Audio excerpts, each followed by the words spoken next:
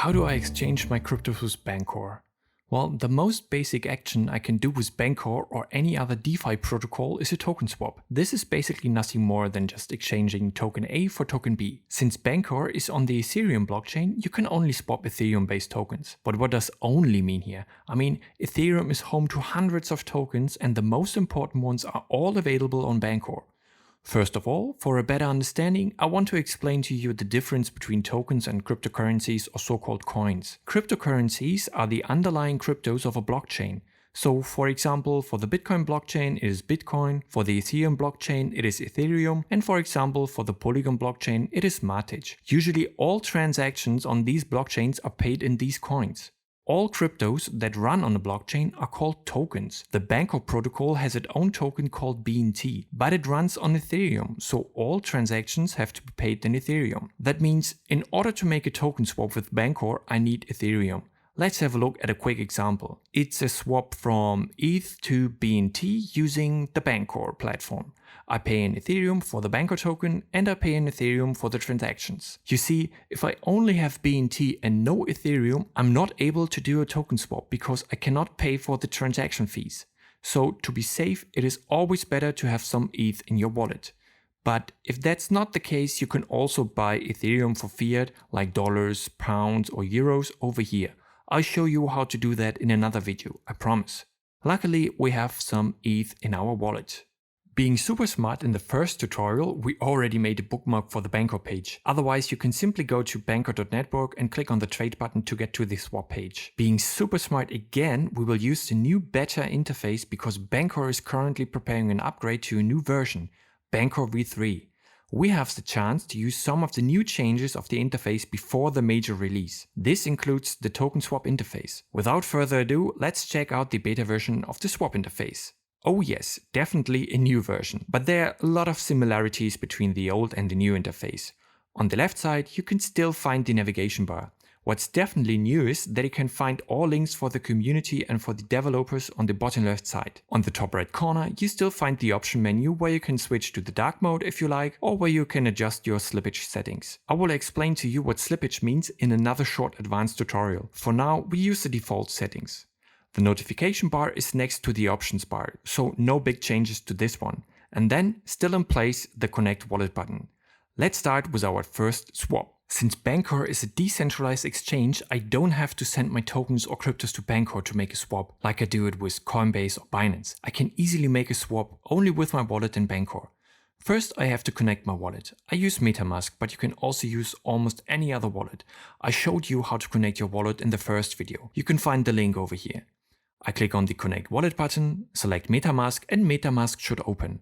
When you connect to Bancor for the first time, you will be asked if you really want to connect to Bancor. Yes, I do, and now I can see what Bancor is allowed to do with my wallet. Bancor is only allowed to see my address and all tokens that are in my wallet. The important thing here is that Bancor can only see them, not access them or move them.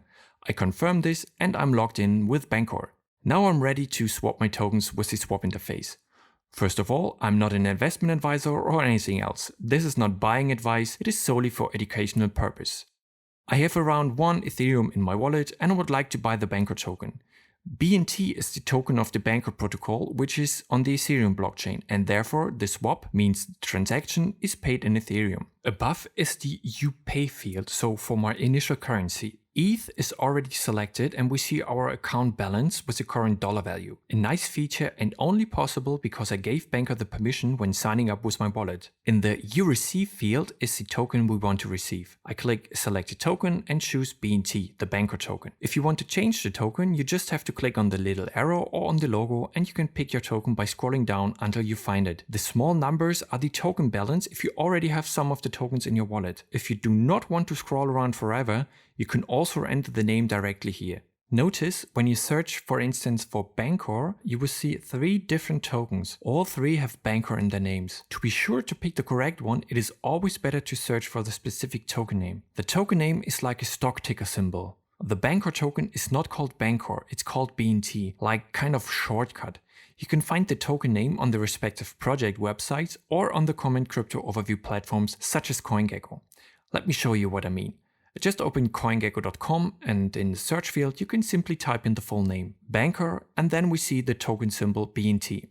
Let's briefly check another token, such as Peter from the supermarket told me about something like Chainlink. Okay, the symbol for this is Link. Since the page is quite useful, I'll bookmark it right away. Back to Bancor and our swap. Okay, I want to swap from Ethereum to Bancor, so for 0.5 ETH, I will receive this amount of BNT tokens. Bancor automatically calculates the amount I will get. The current price or rate is displayed over here. Either the amount of ETH I will get for 1 BNT, or a little bit easier to read, the other way around. But what if I would like to swap $2,000 worth of ETH and BNT tokens? I could change the ETH amount until I see it's roughly worth $2,000. Well, or I use this handy switch over here and change my input into dollar value. Very charming.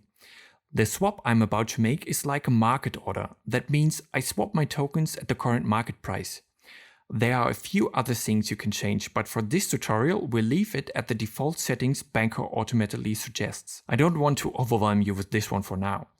Let's make the swap and click the button. First, a little double check. I want to swap ETH to BNT worth of $2,000.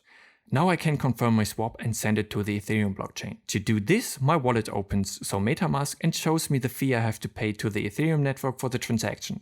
At the moment, they are relatively high because the Ethereum network is used a lot. I should make sure that the ratio of fees and exchange value remains within reasonable limits. I mean, I don't want to make an exchange worth $20 and then pay $10 in fees. We are exchanging a large sum of money here, so the fees are reasonable for me. I press confirm and now my transaction is sent to the Ethereum blockchain. As soon as the transaction has been confirmed, I will receive a message over here.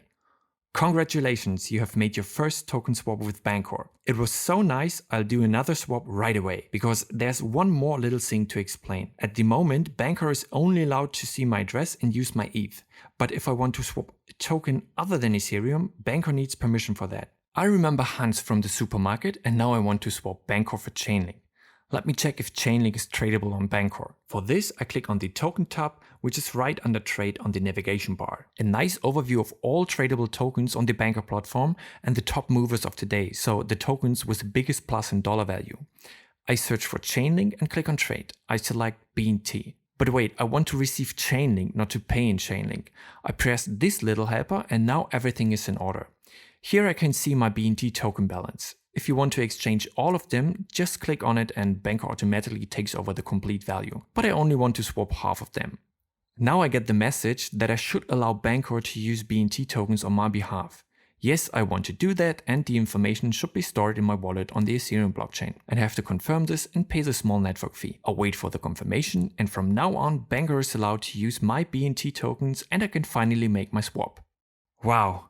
I hope I haven't overcooked the soup for today, but let me tell you, after a few swaps you got the hang of it.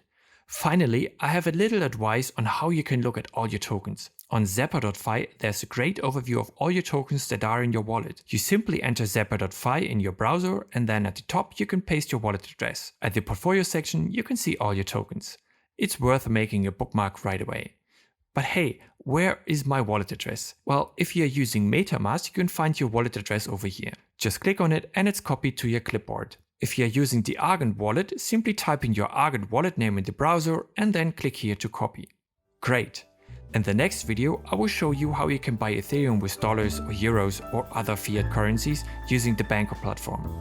Until then, have fun swapping!